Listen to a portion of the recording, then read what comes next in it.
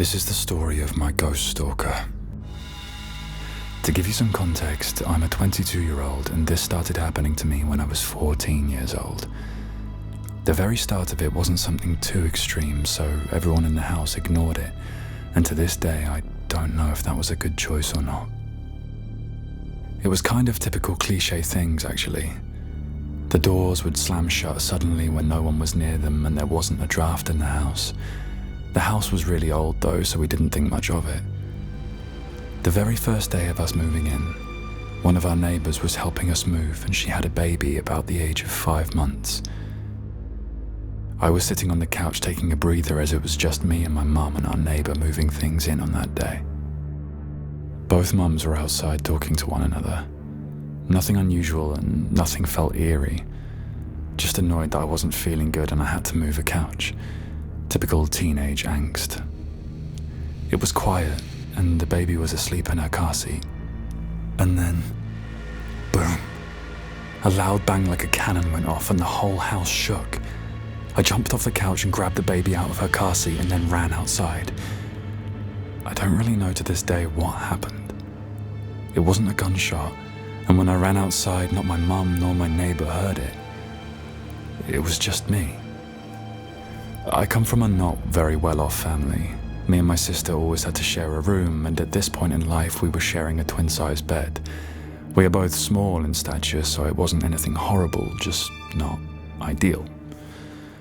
Typically I would stay up all night so she could sleep alone and I could watch over her, and then I would sleep during the day. This day I wasn't very tired yet, but I went to go and lay in bed to relax. I was home alone and no one should have been home for a while. I started to close my eyes when I felt extra weight on the bed with me.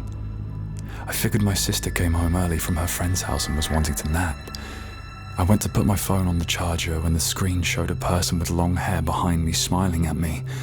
It didn't look real and it definitely was not my sister. I jumped out of bed and was looking, but I didn't see anything. I couldn't get over it. It scared the hell out of me. That was the start of the ghost stalking me. During the next few years, a bunch of odd things would happen as the door continued to slam shut randomly. Lights would turn off for no reason. It got more annoying than scary. It liked to turn my computer off a lot and would make me mad. Then things started to take a big, dark turn. My sister started staying in our room for much longer, just staring at the wall. I figured maybe she just wanted to be alone, so I would leave her alone.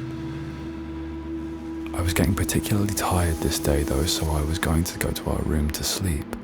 It was winter break, so I was staying awake at night and sleeping during the day again so we could each have the bed to ourselves again. When I walked in though, my sister was, in a hushed tone, talking to the wall. Not to herself, but the wall. I took a U-turn out of our room and fell asleep on the couch. I was hoping when I woke up that maybe I misinterpreted the situation. However, I didn't, as throughout the upcoming months she kept this strange thing up and she started to draw a boy who she said used to live in the house. The drawings of him are still burnt into my memory. He had long brunette, almost black hair with blue eyes and that same creepy smile. I didn't say anything to her about what happened to me that day. In fact, I didn't want to tell anyone and I was trying to block it from my mind. Do you like him? He lives in our wall. We're best friends now. The amount of saliva that formed in my mouth as I tried not to show fear had me slightly choking. Yeah, he looks nice, I told her as I handed the drawings back to her.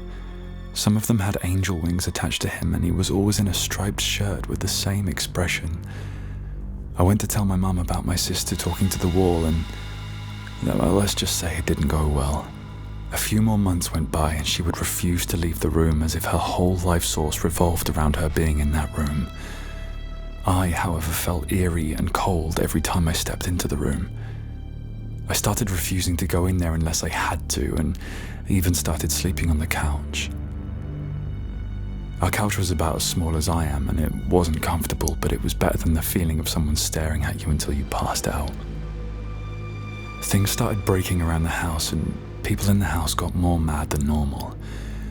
I'm not going to lie to you and say I grew up in a loving household, but I can say that this was still not normal, even for us. I didn't want to be home.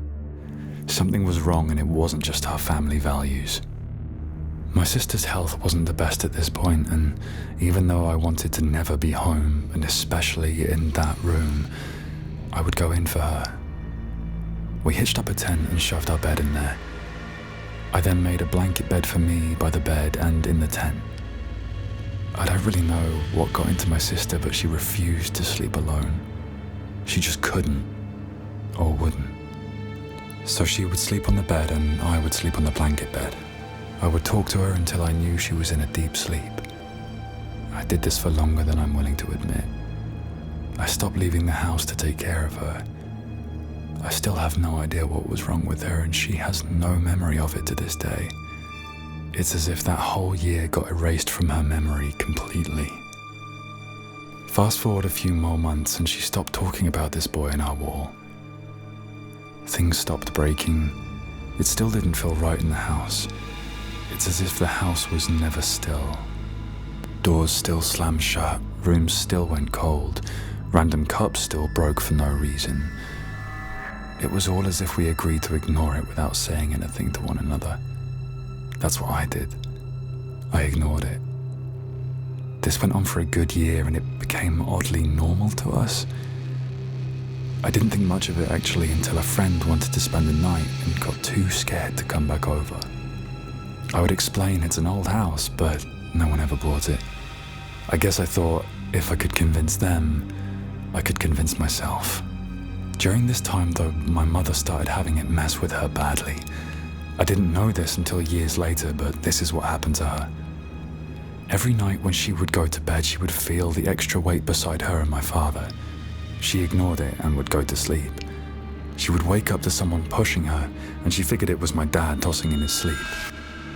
My mum would just roll over and go back to bed. This went on for a while until it started physically pushing her or pulling her out of bed every night. Every night she would ignore it and get back in bed. She also didn't like being home anymore, if it ever was our home at all. I'm now 17. Things were not still, but oddly normal, and we were used to it now. It was an average day at your neighborhood haunted house. I was given a cross necklace from one of my friends who was very religious. He made me promise I would wear it at home. I did. I didn't think much of it. The ghost hadn't messed with me in so long.